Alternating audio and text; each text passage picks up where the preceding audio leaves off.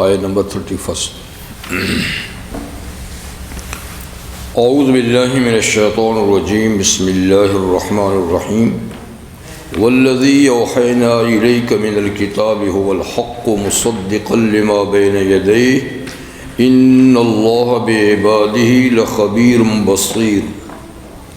ثم اورثنا الکتاب الذین اصطفینا من عبادنا فمنهم ظالم لنفسه ومنهم مقتصد ومنهم سابق بالخيرات بإذن الله ذلك هو الفضل الكبير۔ جنات عدن يدخلونها يحلون فيها من أساور من ذهب ولؤلؤا ولباسهم فيها حرير وقالوا الحمد لله الذي أذهب عنا الحزن إن ربنا لغفور شكور۔ الذي حلنا دار المقامة من فضله لا يمسنا فيها نصب ولا يمسنا فيها لغوب والذين كفروا لهم نار جهنم لا يقضى عليهم فيموتوا ولا يخفف عنهم من عذابها كذلك نجزي كل كفور۔ وهم يصطرخون فيها ربنا أخرجنا نعمل صالحا غير الذي كنا نعمل أولم نعمركم ما يتذكر فيه من تذكر وجاءكم النذير فذوقوا فما للظالمين من نصير۔ إن الله عالم غيب السماوات والأرض إنه عليم بذات الصدور۔ صدق اللہ العظیم۔ سورہ فاطر کی آیت نمبر 31 سے 38 تک آیات میں نے آپ کے سامنے تلاوت کی۔ ان آیات مبارکہ سے پہلے اللہ تعالیٰ نے اپنی حکمت بالغہ کا ذکر فرمایا تھا کہ کائنات کی ہر چیز میں اللہ نے اختلاف رکھا ہے، مختلف چیزیں پیدا کی ہیں۔ پہاڑوں میں بھی مختلف رنگوں کے پہاڑ ہیں اور جانوروں میں بھی مختلف قسم کے جانور ہیں، اور اسی طریقے سے فرمایا انسانوں میں بھی مختلف انسان ہیں۔ تو یہ اختلاف رکھنا ان چیزوں میں یہ اللہ کی قدرت کاملہ اور حکمت بالغہ ہے اور اس کی توحید کی دلیل ہے۔ پھر اسی طرح عقیدے کے لحاظ سے مومن اور کافر، عمل کے لحاظ سے نیک اور بد، تو بہر اس دنیا میں ایسا ہی ہے۔ پھر فرمایا کہ جو لوگ نیک ہیں، اللہ کی کتاب پڑھتے ہیں، نماز پڑھتے ہیں، اور جو کچھ ہم نے ان کو دیا اس میں سے خرچ کرتے ہیں، کھلے عام بھی چھپا کر بھی، وہ ایک ایسی تجارت کی امید رکھتے ہیں جس میں کبھی نقصان نہ ہوگا، تو اللہ ان کے اعمال کا پورا ان کو بدلہ دیں گے۔ بے شک وہ بہت بخشنے والا اور بہت قدردان ہے۔ اب اسی کتاب کے بارے میں فرماتے ہیں جس کے لیے فرمایا تھا کہ وہ لوگ اس کو پڑھتے ہیں، مومن لوگ اس کو پڑھتے ہیں۔ کتاب والذی اوحینا الیک من الکتاب، اور وہ جو ہم نے بطور وحی بھیجی ہے آپ کو کتاب، هو الحق، وہ کتاب برحق ہے، سچی ہے، اور اس کی سچی ہونے کی ایک نشانی یہ ہے کہ مصدق لما بین یدہ، اپنے سے پہلی کتابوں کی تصدیق کرتی ہے کہ وہ بھی اللہ کی طرف سے آئی تھیں۔ تو وہ سب کتابوں کا سر چشمہ ایک ہی ذات اللہ کی، تو یہ سب کتابیں ایک دوسرے کی تصدیق کرتی ہیں۔ ان اللہ بعبادہ لخبیر بصیر، بے شک اللہ تعالیٰ اپنے بندوں کے بارے میں باخبر ہے، ہر ایک کی خبر رکھتا ہے، ان کے اعمال سے باخبر ہے، اور بصیر، اللہ سب کو دیکھ رہا ہے، سب کو دیکھ رہا ہے۔ تو فرمایا کہ ہم نے آپ کی طرف کتاب وحی کی۔ وحی کہتے ہیں خفیہ اشارے کو، جو تیزی کے ساتھ کیا جائے، تیز بھی ہو۔ تو اللہ تعالیٰ کی وہی انبیاء کرام کی طرف جو آتی تھی تو وہ کیا ہوتی تھی؟ خفیہ ہوتی تھی، اور بڑی تیزی کے ساتھ، کسی کو پتہ نہیں چلتا تھا۔ وحی کے آنے کے مختلف طریقے تھے، جن میں نبی کریم صلی اللہ علیہ وسلم نے فرمایا کہ ایک طریقہ یہ ہے کہ مثل سلسلۃ الجرس، اس طرح وحی آتی تھی جیسے کسی پتھر پہ چین ڈال دو تو اس کی جو آواز ہوتی ہے نا، چین ڈالنے کی آواز، تو اس طرح آواز ہوتی تھی۔ صحابہ فرماتے ہیں کہ اگر وحی نازل ہو رہی ہوتی اور ہم حضور کے پاس ہوتے تو ہم ایسی آواز سنتے جیسے مکھیاں بن بنا رہی ہوں، ٹھیک ہے؟ تو ہمیں پتہ نہیں چلتا کہ کیا ہو رہا ہے، لیکن حضور علیہ السلام پر وحی نازل ہوتی تھی، قرآن مجید، اور جب آپ وحی کا سلسلہ منقطع ہوتا اور پڑھ کے سناتے پھر پتہ چلتا وہ ہو کیا ہو رہا ہے۔ تو بہرحال وحی کوئی دوسرا نہیں سمجھتا تھا نزول کے وقت، اور کبھی یہ کہ فرشتہ سامنے آ کر پڑھتا بھی تھا انسانی شکل میں آ کر، تو وہ جیسے میں پڑھ رہا ہوں آپ سن رہے ہیں، اس طرح وہ پڑھتا حضور سن رہے تھے، یہ بھی وحی ہوتی تھی۔ اور کبھی کچھ پتہ ہی نہیں چلتا تھا، دل کا کنیکشن فرشتے سے جڑ جاتا تھا تو دل ہی میں وہ ڈال لیتا تھا، ظاہری حالت کوئی بھی ایسی نہیں ہوتی تھی کہ آپ کہیں کہ وحی، لیکن پھر دل حضور فرماتا کہ یہ وحی نازل ہوئی۔ جیسے کہ کسی نے سوال کیا تھا کہ زمین میں سب سے بہترین جگہ کون سی ہے اور بدترین جگہ کون سی ہے، بری جگہ کون سی ہے؟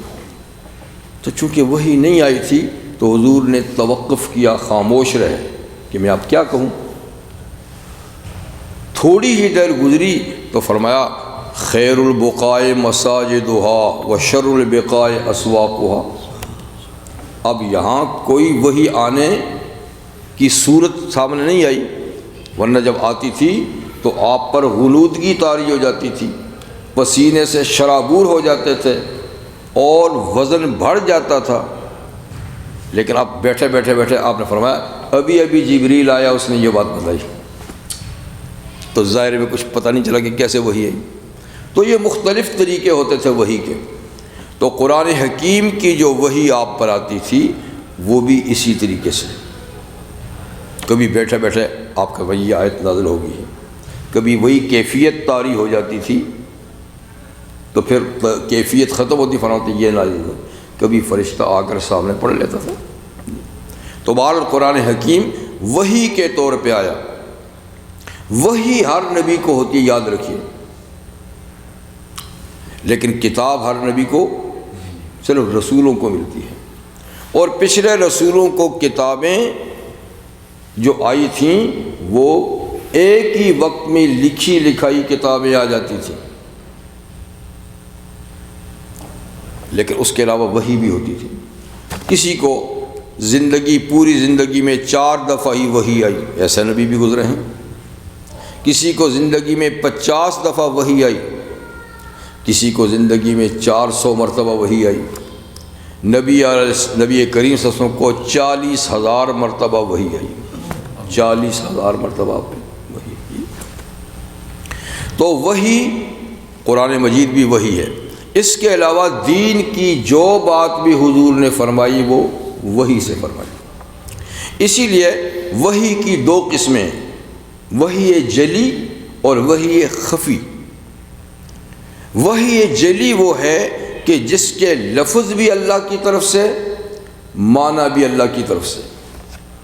تو قرآن حکیم یہ وحی جلی ہے، اس کے الفاظ بھی بعین ہی وحی جو اللہ نے بھیجے، پڑھنے کا انداز بھی وہی جو جبریل امین نے پڑھا، تجوید کے ساتھ، اور اس کا معنی اور مطلب بھی وہ جو اللہ نے آپ کو بتایا۔ تو اس کا مطلب قرآن کی بات، قرآن مجید وحی جلی ہے جی۔ اس کے علاوہ قرآن مجید کی تفسیر میں جو حضور نے ارشاد فرمایا، تفسیر میں یا اس کو بیان کہتے ہیں، یا اس کے علاوہ اور کئی مسائل، سوالات کے جوابات ہو گئے، جو مسائل دین اور شریعت کے آپ نے بتائے تو وہ بھی اللہ کی وحی سے بتائے، لیکن اس میں یہ کہ مضمون اللہ نے بھیج دیا، الفاظ اپنے نبی کے تھے، لفظ اللہ کی طرف سے نہیں ہوتے تھے، مطلب وہ ہوتا تھا جو اللہ تعالیٰ نے بھیجا کہ یہ اپنی امت کو بتائے، تو وہ اپنے لفظوں میں نبی صلی اللہ علیہ وسلم بتاتے تھے، اس کو حدیث کہتے ہیں۔ تو حدیث وحی خفی ہے، اس کا وحی خفی یعنی معنی اور مطلب تو اللہ کی طرف سے آیا ہے، لفظ نبی کریم صلی اللہ علیہ وسلم کے اپنے ہیں، اور جلی کا معنی بالکل واضح، جس میں لفظ معنی دونوں ہی اللہ کی طرف سے ہے۔ جی اچھا، یہ ہو گیا۔ ثم اورثنا الکتاب الذین اصطفینا من عبادنا، یہ تو فرمایا کہ یہ کتاب وحی کی گئی اور برحق ہے، پہلی کتابوں کی مصدق ہے۔ اب اللہ فرماتے ہیں اس امت کی تعریف فرماتے ہیں، اس امت کی تعریف فرماتے ہیں کہ ثم اورثنا الکتاب الذین اصطفینا من عبادنا، پھر ہم نے اپنی اس کتاب کا وارث بنایا ان لوگوں کو جن کو ہم نے اپنے بندوں میں سے چن لیا، منتخب کر لیا، الیکٹ کر لیا۔ تو یہ امت ایسی ہی نہیں، کوئی ادھر سے آیا کوئی ادھر سے آیا، یہ اللہ کی طرف سے چنی ہوئی ہے۔ جو بھی مسلمان ہوتا ہے تو اللہ کے چناؤ سے ہوتا ہے، اس کے انتخاب سے ہوتا ہے۔ تو پھر اس کتاب کا وارث ہم نے ان کو بنایا جن کو ہم نے اپنے بندوں سے چھانٹ لیا، چن لیا۔ جی تو یہ الیکٹڈ امت ہے۔ پچھلی امتوں ہوتا تو سب کچھ اللہ کی طرف سے، لیکن ان کے لیے یہ لفظ نہیں بولے، یعنی جو بھی اسلام لاتا ہے تو ذرا اللہ کی منشا سے لاتا ہے، لیکن ان کے لیے یہ لفظ نہیں بولا، تعریف کا لفظ اس امت کے لیے بولا صرف۔ جیسے دوسری جگہ میں کنتم خیر امت، تم بہترین امت ہو، حالانکہ جو بھی اللہ کی بات مانتا ہے، ایمان لاتا ہے، وہ بہترین ہوتا ہے، لیکن کسی کو کہا جاتا ہے کسی کو نہیں کہا جاتا، تو جن کو کہا جاتا ہے یہ ان کا اعزاز ہوتا ہے۔ تو اس امت کا ایک خاص اعزاز ہے، کہیں اللہ فرماتے ہیں کہ تم خیر امت، بہترین امت ہو، کہیں فرماتے ہیں امتاً وسطاً، تم ایک معتدل امت ہو، افراط اور تفرید کے درمیان، اور کہیں فرماتے ہیں ہم نے ان کو وارث بنایا ہے اور چن کے بنایا ہے، چن کے بنایا ہے۔ اس لیے کہ نبی کریم صلی اللہ علیہ وسلم کے بعد اب تا قیامت ان کی اس وراثت کی حامل امت رہے گی، اب تو نبی نہیں آئے گا۔ تو یہ ڈیوٹی اور یہ کام اس کتاب کو آگے پہنچانا، اس پہ عمل کرنا، کرانا، اس کی تعلیم، اس کی نشر و اشاعت، یہ امت کی ذمہ داری ہے۔ فرمایا کہ یہ وراثت ہے۔ یہ تو اصل چیز تو نبی ہے کہ نبی کریم علیہ السلام کی یہ ڈیوٹی تھی، ان پر ہی یہ کتاب آئی۔ اب وہ چلے گئے تو وراثت امت کو منتقل ہوگی، اور فرمایا کہ امت وہ ہے کہ استفینا، ہم نے ان کو چنا ہے۔ ہے تو چنا ہے، لیکن پھر امت کے اندر تین قسم کے لوگ ہیں، تین قسم کے لوگ ہیں۔ فَمِنْهُمْ ظَالِمٌ لِنَفْسِهِ، کچھ امت کے لوگ وہ ہیں جو اپنے نفسوں پہ ظلم کرنے والے ہیں، بڑے بے انصاف، پر ہیں چنے ہوئے ہیں، چنے ہوئے ہیں، پر ہیں بے انصاف۔ مطلب یہ کہ عبادت میں بڑے کاہل، بڑے سست، جی، اور بہت ہی بڑے بڑے گناہ بھی کرتے ہیں، گناہ کبیرہ کرتے ہیں، اور یہ اور وہ، جی، فرائض بھی چھوڑ دیتے ہیں، گناہ کبیرہ بھی کرتے ہیں۔ تو ظالم لنفسہ، وَمِنْهُمْ مُقْتَصِدٌ، اور کچھ اس امت میں وہ ہیں جو درمیانی راہ چلتے ہیں، گناہ بھی ہو جاتے ہیں پر نیکیاں بھی کرتے ہیں، گناہ بھی کر لیتے ہیں، پچھتا بھی جاتے ہیں، توبہ بھی کر لیتے ہیں، جی تو برے بھلے کام دونوں مکس چلتے ہیں ان کے، یہ مقتصد ہیں۔ وَمِنْهُمْ سَابِقٌ بِالْخَيْرَاتِ بِإِذْنِ اللَّهِ، اور کچھ ان میں وہ ہیں جو صرف نیکیوں کے کام میں ایک دوسرے سے دوڑ لگاتے ہیں، آگے نکلنے کی کوشش کرتے ہیں، اور یہ اللہ کے حکم سے، یعنی وہ گناہوں کی طرف نہیں جاتے، نہ صغیرہ کرے جی نہ کبیرہ کرے، ٹھیک ہے نا، کوشش کرتے ہیں، اگر ہو جائے تو فوراً اس کی دھلائی صفائی کر دیتے ہیں توبہ کر کے۔ تو مطلب یہ ہے کہ بس وہ تو نیکی کے کام، فرائض بھی انجام دیتے ہیں، واجبات بھی، سنت بھی، مستحب بھی، سارے اچھے کام سارے کرتے ہیں، گناہوں سے حتی الامکان بچنے کی کوشش کرتے ہیں۔ یہ سابق بالخیرات باذن اللہ۔ تو تین طبقے فرمائے، لیکن فرمایا کہ ہیں سارے میرے چنے ہوئے ہیں، سارے چنے ہوئے ہیں۔ تو نبی کریم سے فرمایا کہ میری امت کا کوئی فرد جس کا عقیدہ ٹھیک ہو،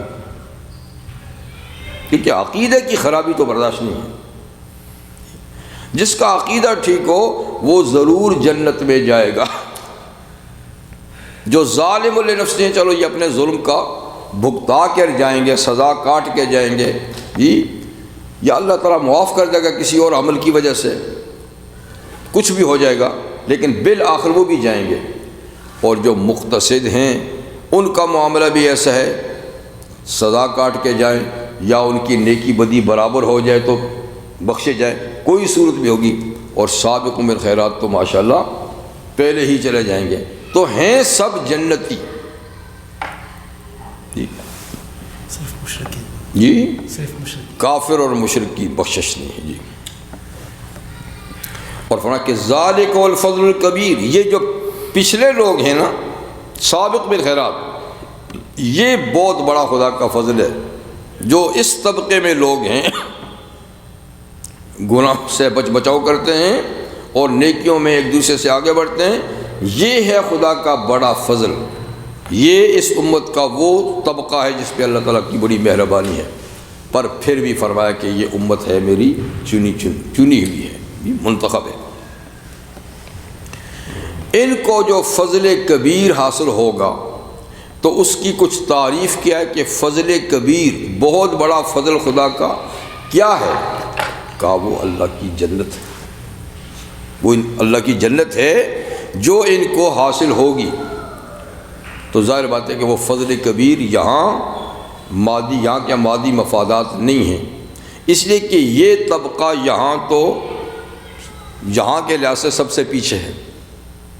سابق بالخیرات یہ اس دنیا کے لحاظ سے سب سے پیچھے ہے، اور ظالم لنفس سے سب سے آگے ہیں، ٹھیک ہے نا، اس دنیا میں۔ تو یہ جو فضل کبیر ہے ان پر، تو اس دنیا کے لحاظ سے نہیں، اس یہاں کی راحت، یہاں کے آرام، بلکہ فرمایا وہاں کے لحاظ سے کہ ان کے لیے کیا ہیں؟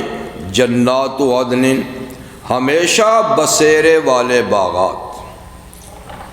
عدن کہتے ہیں ان باغات کو کہ جن میں رہائشی مکان بھی ہوں، یعنی عام طور پہ جو دنیا میں باغ ہوتا ہے، باغ کہیں ہوتا ہے، رہائش کہیں ہوتی ہے۔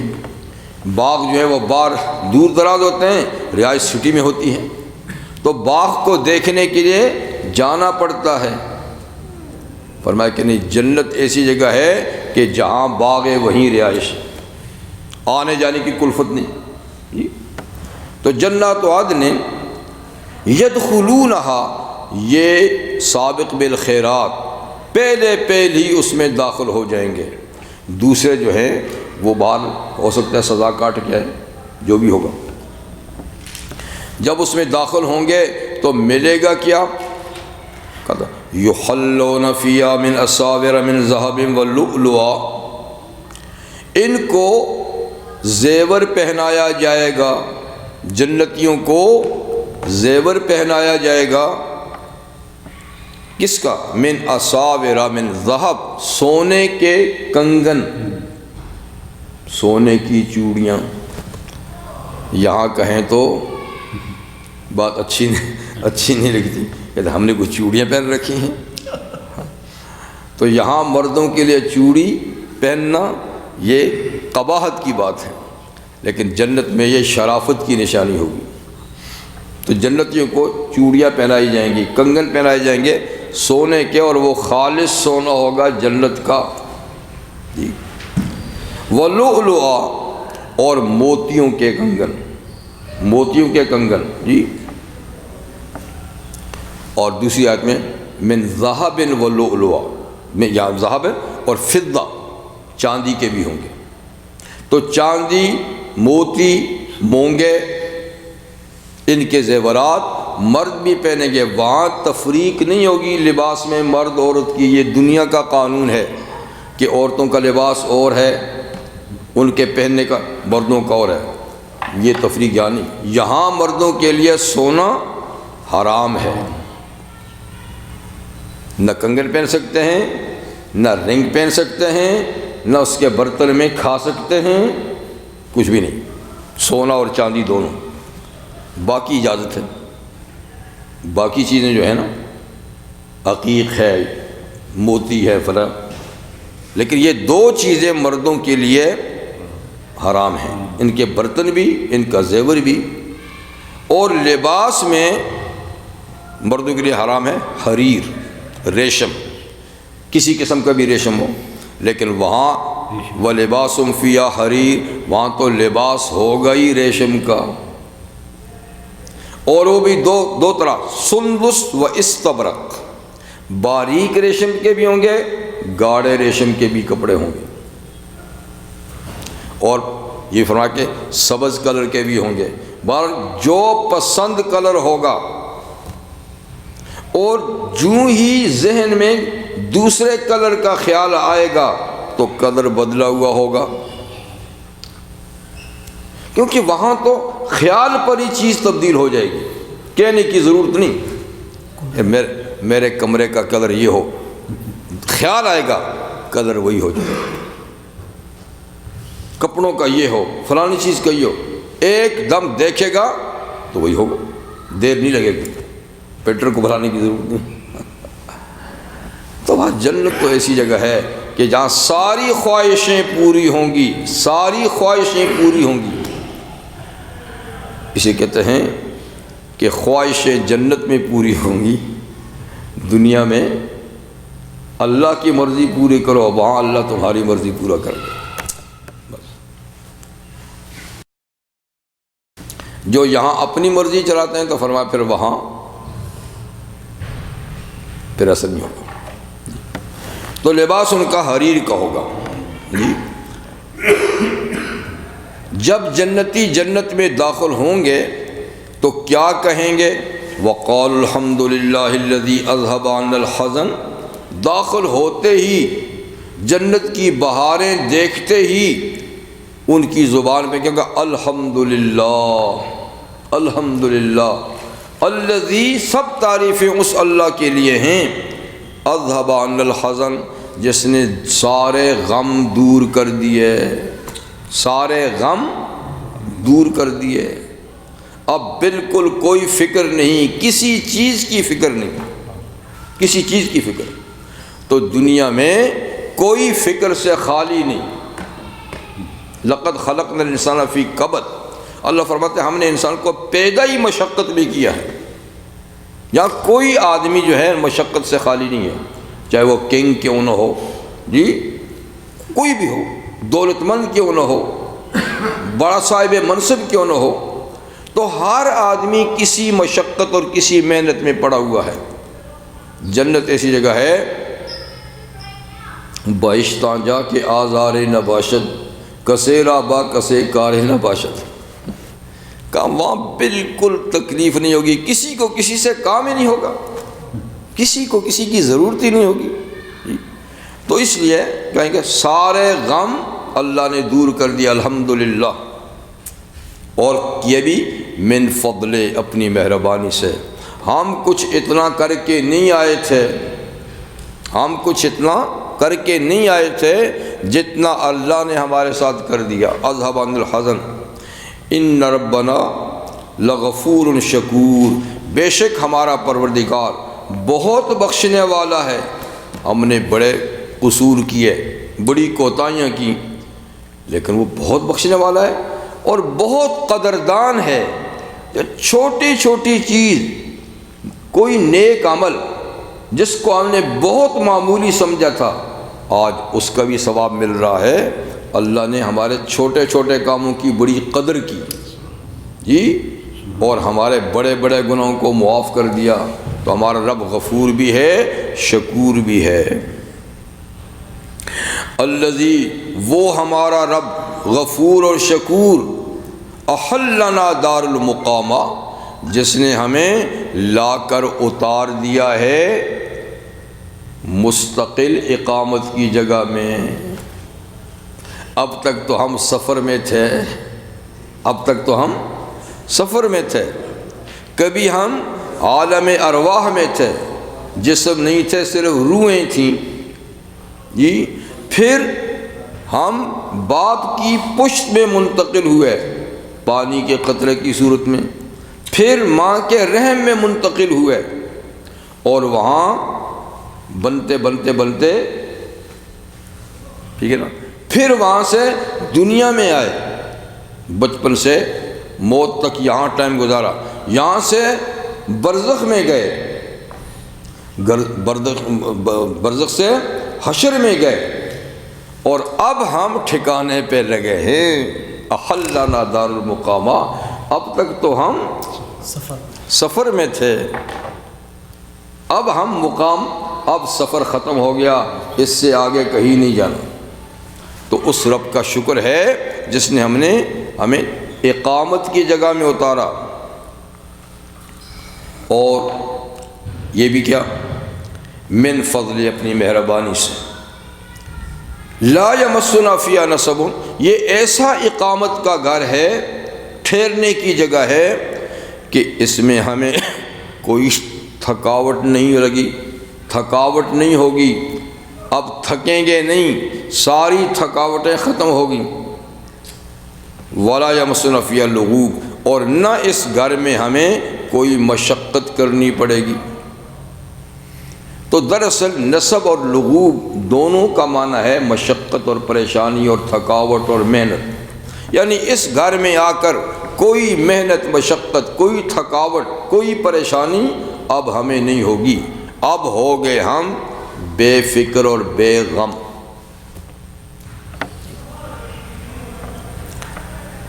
یہ تو ٹھکانہ کس کا ہے؟ ذالک والفضل الکبیر جی. اب فرما کے دوسرا منظر بھی دیکھ لو، دوسرا منظر بھی دیکھ لو کہ والذین کفروا، جن لوگوں نے اس دنیا میں کفر کا شیوہ اختیار کیا، کفر کا طریقہ اختیار کیا، اللہ اور اللہ کے نبی کی بات نہیں مانی، اس کی وحی پر دھیان اور توجہ نہیں دی، من مانی کرتے رہے، اللہ کو ناراض کیا، شیطان اور نفس کو خوش کیا جی.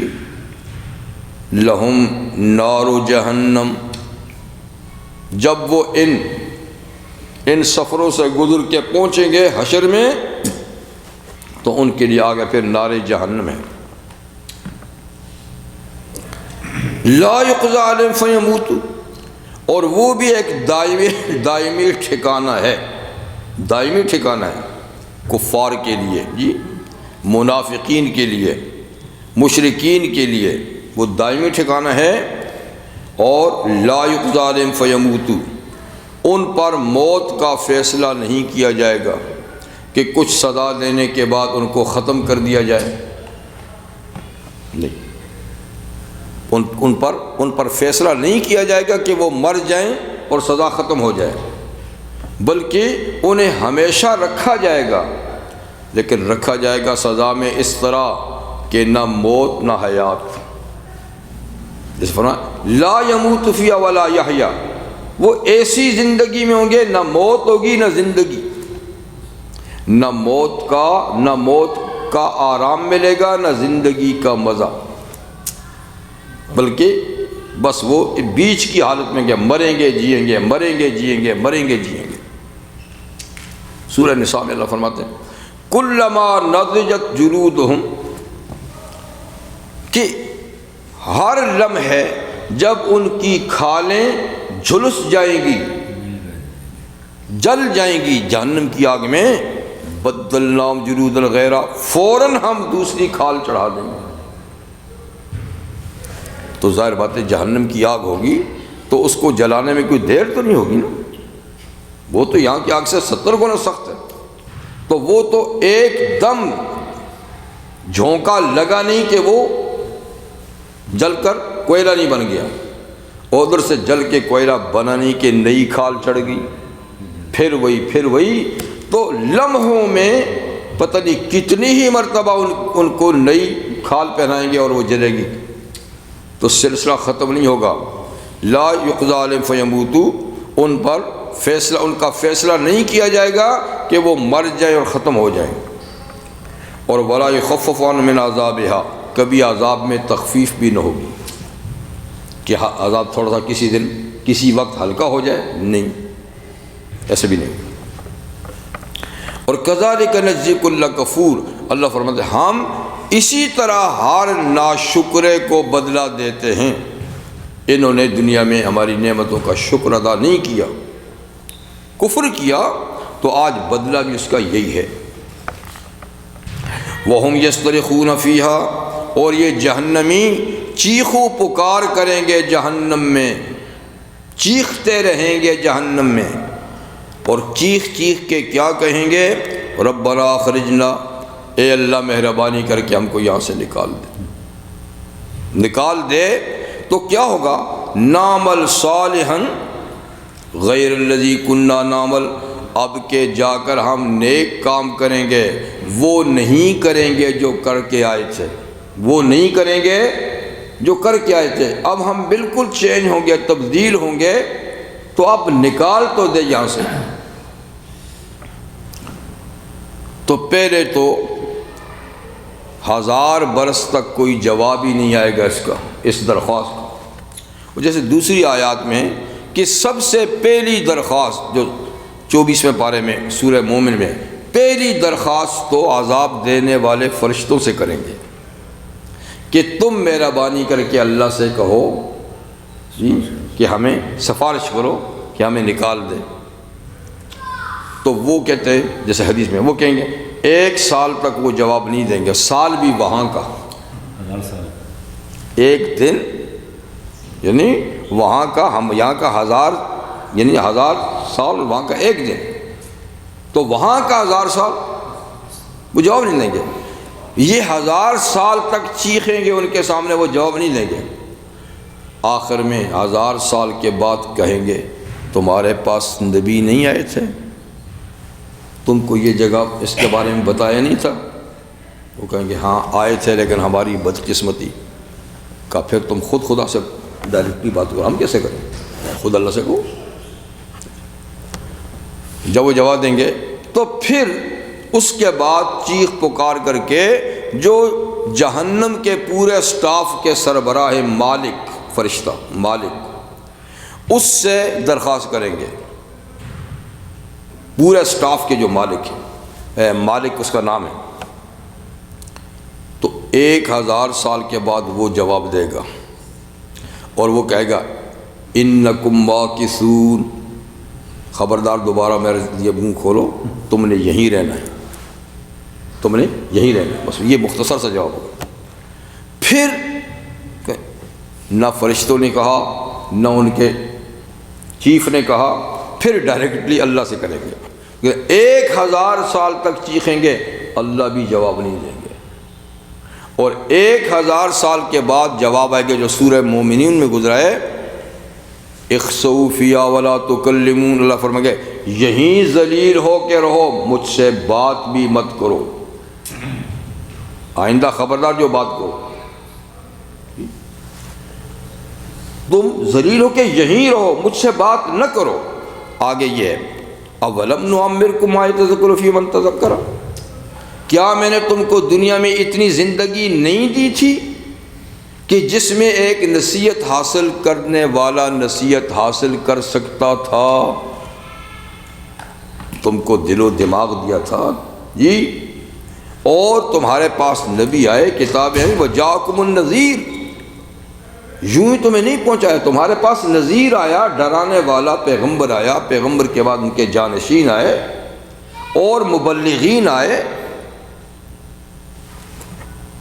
اور اتنی تمہیں عمر بھی دی کہ تم سوچ سکتے تھے، تو تم نے اس سے کوئی سبق حاصل نہیں کیا۔ اب مجھ سے بالکل بات نہ کرو، ٹھیک ہے؟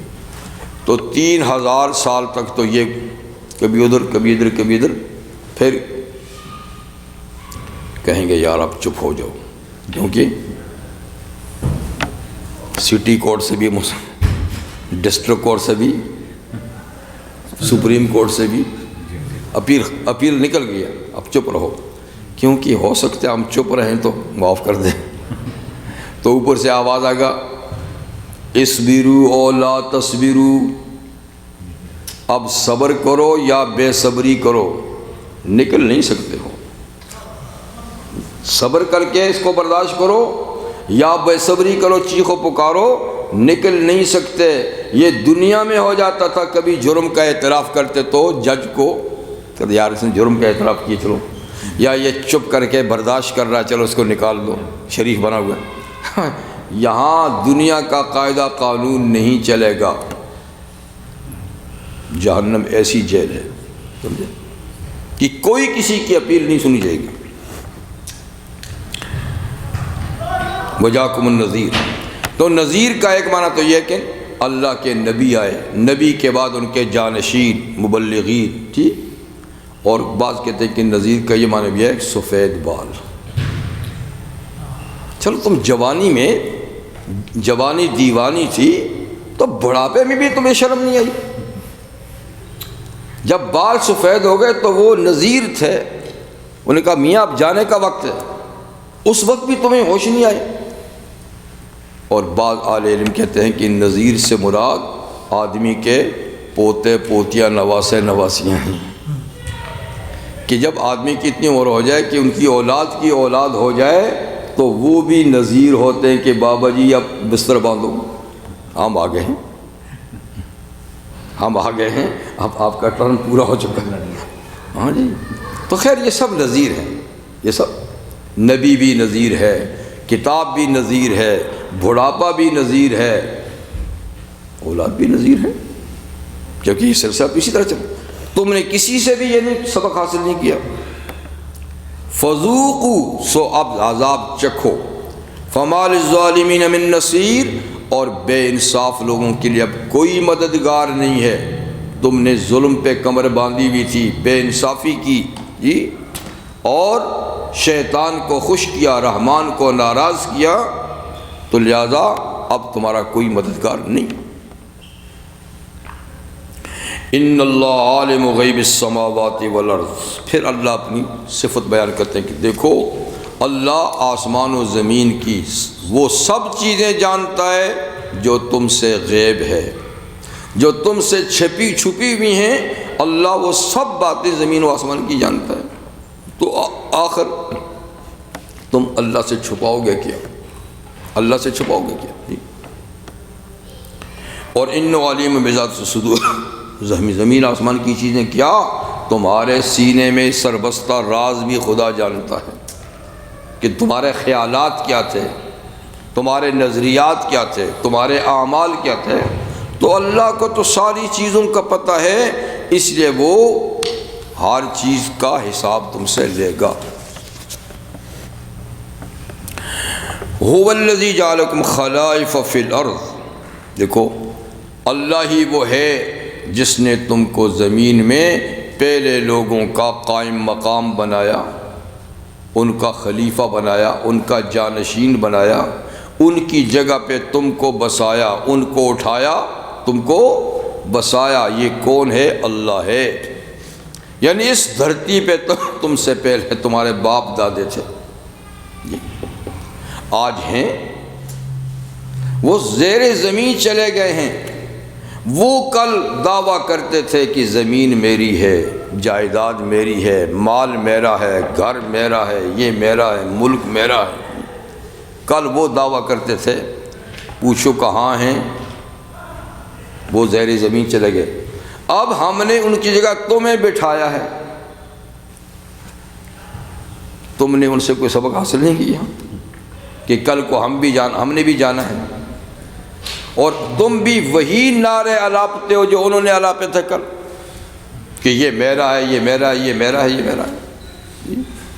تو نہ ان کا تھا نہ تمہارا ہے۔ وَلِلَّهِ مِيرَاثُ السَّمَاوَاتِ وَالْأَرْضِ، زمین آسمان کی میراث اللہ کے پاس رہ جائے گی۔ اس نے کارخانہ بنایا ہے، آخر تم میرا میرا کرتے کرتے چلے جاؤ گے اور یہ اسی کا رہ جائے گا، اسی کا رہ جائے گا۔ تو تم کو زمین میں بسایا، پچھلے لوگوں کا تم کو نائب بنایا۔ دوسری آیت میں ہے لِنَنظُرَ كَيْفَ تَعْمَلُونَ، اور یہ ہم نے ایسا کیا، اس لیے کیا تاکہ ہم دیکھیں تم کیا کرتے ہو، یعنی ان اگلوں سے کوئی سبق حاصل کرتے ہو یا نہیں کرتے۔